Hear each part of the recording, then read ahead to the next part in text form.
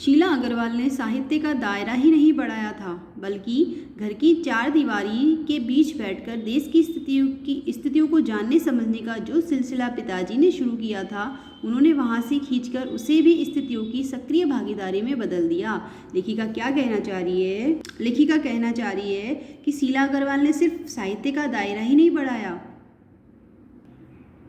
बल्कि जो समझ, यानी कि पिताजी चाहते थे कि मैं घर में आए जो राजनीतिक दलों के लोग हैं उनके बीच में बैठूं, देश में क्या हो रहा है इसे जानूं, उनकी बहसों को सुनूं। तो पिताजी ने देश की स्थिति को जानने का जो सिलसिला शुरू किया था, उस स्थिति को, यानी जो प्रीति की प्राध्यापिका थी, उन्होंने मुझे उस आंदोलन में भाग लेने के लिए, यानी सक्रिय भाग लेने के लिए भी क्या किया?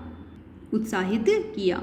तो क्या कह रहे हैं कि देश की स्थितियों को जानने का जो सिलसिला पिताजी ने शुरू किया था, उन्होंने वहाँ से खींचकर, यानी जो सीमा घर के अंदर थी, यानी घर के अंदर से ही देश की आज़ादी के आंदोलन में भाग लेना था, उसे वहाँ से खींचकर उसे भी स्थितियों की सक्रिय भागीदारी में बदल दिया, यानी वे घर के बाहर निकलकर उस आंदोलन में भाग लेने लगी। सन 46-47 के वे दिन, वे स्थितियाँ, उसमें वैसे भी घर में बैठे रहना संभव था भला? यानी 46-47 जो आज़ादी के आंदोलन का समय था, उस परिस्थिति में घर में भी बैठे नहीं रह सकते थे। लेखिका कह रही है प्रभात फेरियाँ, हड़तालें, जुलूस, भाषण हर शहर का चरित्र था। यानी हर शहर में प्रभात फेरियाँ, जुलूस, हड़तालें, भाषण, ये सब हो रहा था।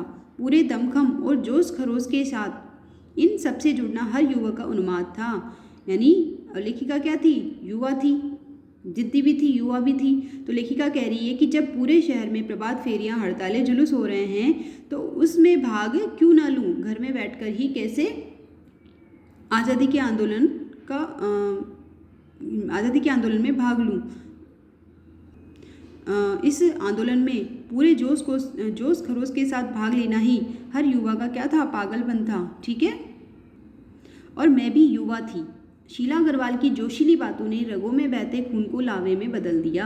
यानी लेखिका कह रही है कि हाँ, हर युवा चाहता था कि उस आज़ादी के आंदोलन में भाग ले, हड़तालें करवाए, जुलूस करवाए, भाषण बोले, प्रभात फेरियों में भाग ले।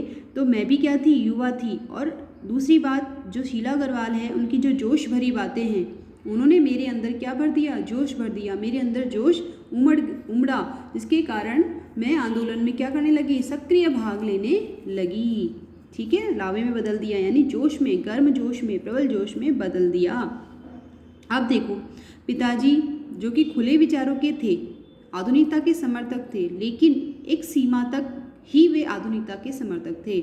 वे चाहते थे कि लेखिका राजनीतिक गतिविधियों में भाग ले, देश में जो वातावरण है, देश का जो राजनीतिक वातावरण है, देश की जो स्थिति है, उसे जाने, लेकिन वे एक सीमा के भीतर रहकर ही लेखिका को ये आज़ादी देना चाहते थे। वे चाहते थे कि घर के अंदर ही रहकर राजनीतिक स्थिति में भाग ले, राजनीतिक परिस्थितियों में भाग ले, गतिविधि में भाग ले, लेकिन घर के बाहर जाकर लड़कों के साथ हड़तालें ना करवाए, नारे ना लगाए।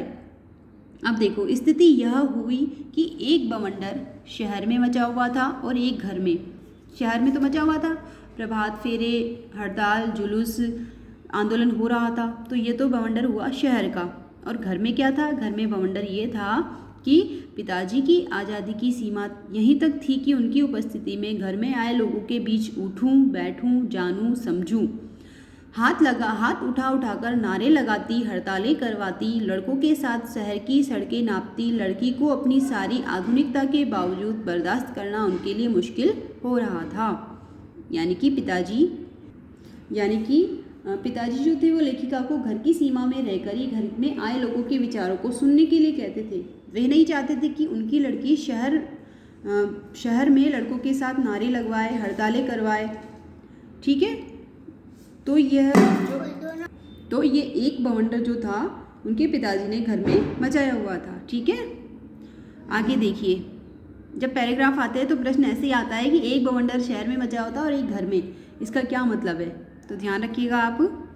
आगे देखो, और यहाँ पे कह रहे हैं कि सारी आधुनिकता दे रखी है कि आज़ादी दे रखी है, उस आज़ादी के बावजूद जो लेखिका सड़कों पर नारे लगवा रही है, हड़तालें करवा रही है, लड़कों के साथ सड़कों को नाप रही है। ठीक है, तो ये पिताजी को क्या बर्दाश्त नहीं हो रहा था, बर्दाश्त करना उनके लिए सहन नहीं हो रहा था। ठीक है। तो किसी की दी हुई आज़ादी के दायरे में चलना मेरे लिए, तो लेखिका कह रही है, क्या कह रही है लेखिका, कि पिताजी ने मुझे आज़ादी दी लेकिन पूरी आज़ादी नहीं दी, ठीक है। तो उन्होंने आज़ादी का एक दायरा बना दिया, एक सीमा बना दिया कि मुझे घर के अंदर ही रहना है, जबकि मैं एक तरह से लेखिका कह रही है, लेखिका कैसी थी, ज़िद्दी थी, युवा भी थी, तो पिताजी की दी हुई सीमा में चलना लेखिका के लिए संभव नहीं था, ठीक है।